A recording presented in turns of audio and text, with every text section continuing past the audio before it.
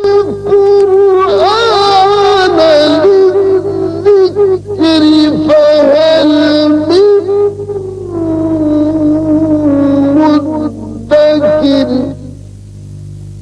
ہم نے قرآن کو سمجھنے کے لیے آسان کر دیا ہے، تو کوئی ہے کہ سوچے سمجھے۔ بسم اللہ الرحمن الرحیم۔ قرآن حکیم اور ہماری زندگی کے حوالے سے تفسیر قرآن کے آج کے پروگرام میں ہم 13واں پارہ کے مضامین اور خلاصہ بیان کریں گے۔ 13ویں پارہ میں کل آیات 155 اور 19 رکوع ہیں۔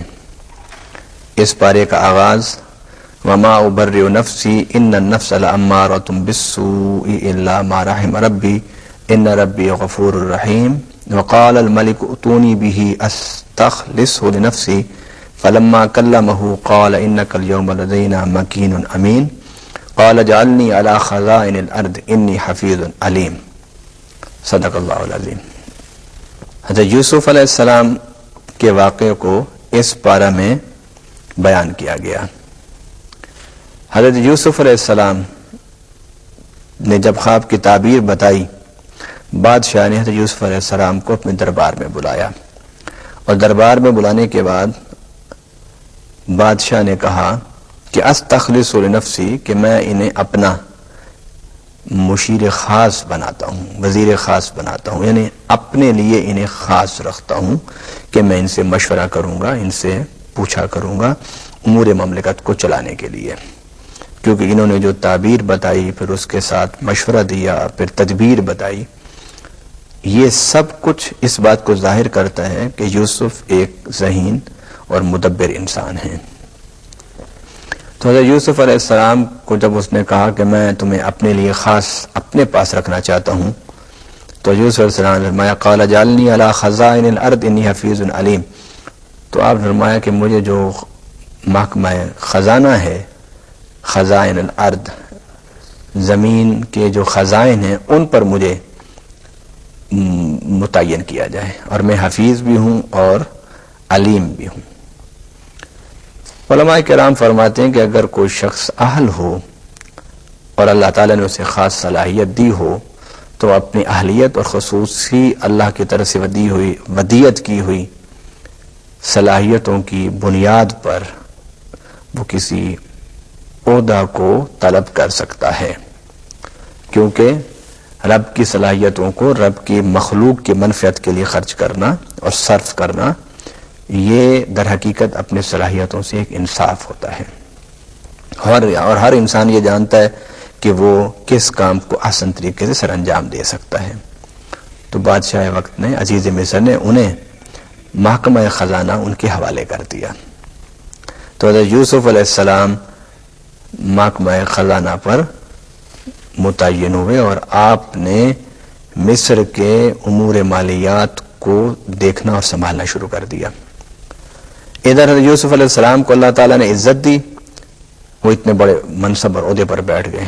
ادھر مصر میں قحط کا آغاز ہوا، تو قرآن کہتے ہیں وجاء اخوة یوسف فدخلوا علیہ فعرفهم وهم له منکرون۔ حضرت یوسف علیہ السلام کے پاس آپ کے بھائی آئے، انہوں نے حضرت یوسف علیہ السلام کو نہ پہچانا، ان کے خواب و خیال میں بھی نہ تھا کہ وہ بھائی جسے ہم اندھے کنویں میں پھینک چکے تھے وہ اس وقت ترقی کرتا ہوگا، اللہ کے فضل سے اس بڑے منصب پر بیٹھا ہوگا، لیکن یوسف علیہ السلام انہیں پہچان گئے۔ نتیجہ یہ ہوا کہ آپ نے ان کو اناج دیا، اور اناج دے کر انہیں رخصت کر دیا، اور پوچھا کہ تمہارا کوئی اور بھائی بھی ہے؟ تو انہوں نے کہا کہ ہاں ہمارا ایک اور بھائی ہے، وہ پیچھے ہے والد کے پاس، وہ ساتھ نہیں آیا۔ تو حضرت یوسف علیہ السلام کو جو انہوں نے غلہ خریدنے کے لیے پیسے دیے تھے وہ بھی آپ نے اس میں واپس رکھوا دیے، اور فرمایا کہ اگلی دفعہ تم اپنے اس بھائی کو لے کے آنا تو اس کے حصے کا بھی اناج لے کر جانا۔ تو بھائی واپس گئے، بڑے خوشی خوشی انہوں نے جا کے باپ کو سارا واقعہ سنایا۔ تو حضرت یعقوب علیہ السلام سے کہا کہ بنیامین کو بھیجو ہمارے ساتھ۔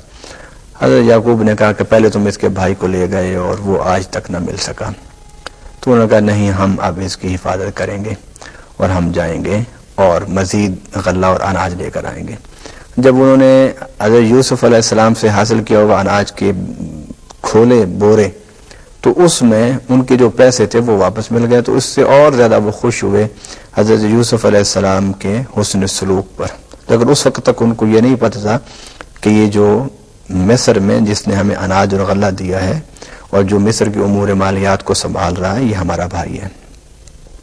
حضرت یعقوب علیہ السلام نے اجازت دے دی اور بنیامین کو ساتھ بھیج دیا اور فرمایا یا بنی لا تدخلوا من باب واحد وادخلوا من ابواب متفرقہ، تم مصر میں داخل ہوتے ہوئے ایک دروازے سے داخل نہ ہونا، متفرق دروازوں سے داخل ہونا. وہ مصر میں داخل ہو گئے اور جب حضرت یوسف علیہ السلام کے پاس پہنچے حضرت یوسف علیہ السلام نے اپنے بھائی بنیامین کو پہچان لیا، تو آپ نے تمام بھائیوں کا اناج دوبارہ انتظام کیا ساتھ دینے کے لیے اور ان کا جو غلہ جو تھا اس کو بندھوا دیا، اور انہوں نے حضرت بنیامین کے جو بورا تھا غلے کا اناج کا اس میں پینے والا پیالہ اپنا رکھ دیا. اور وہ جب اناج لے کر واپس روانہ ہوئے تو وہاں پر شور پڑ گیا کہ بادشاہ کا جو پیالہ ہے وہ چوری ہو گیا.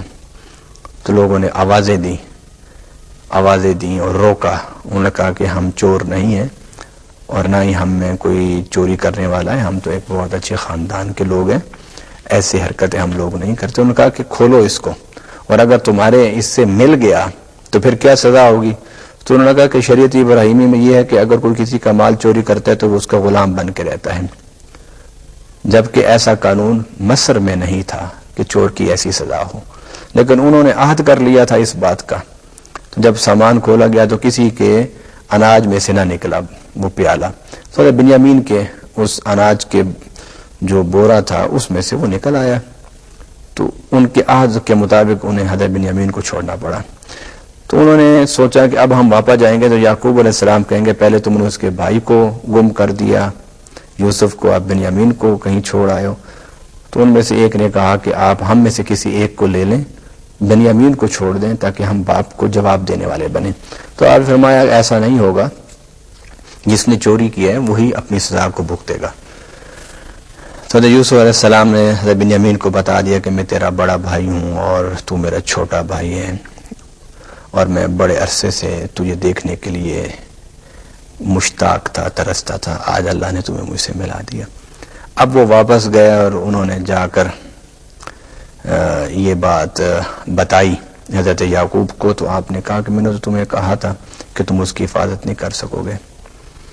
حضرت یعقوب علیہ السلام نے پھر انہیں کہا کہ جاؤ ایک دفعہ نکلو، مایوس نہ ہو.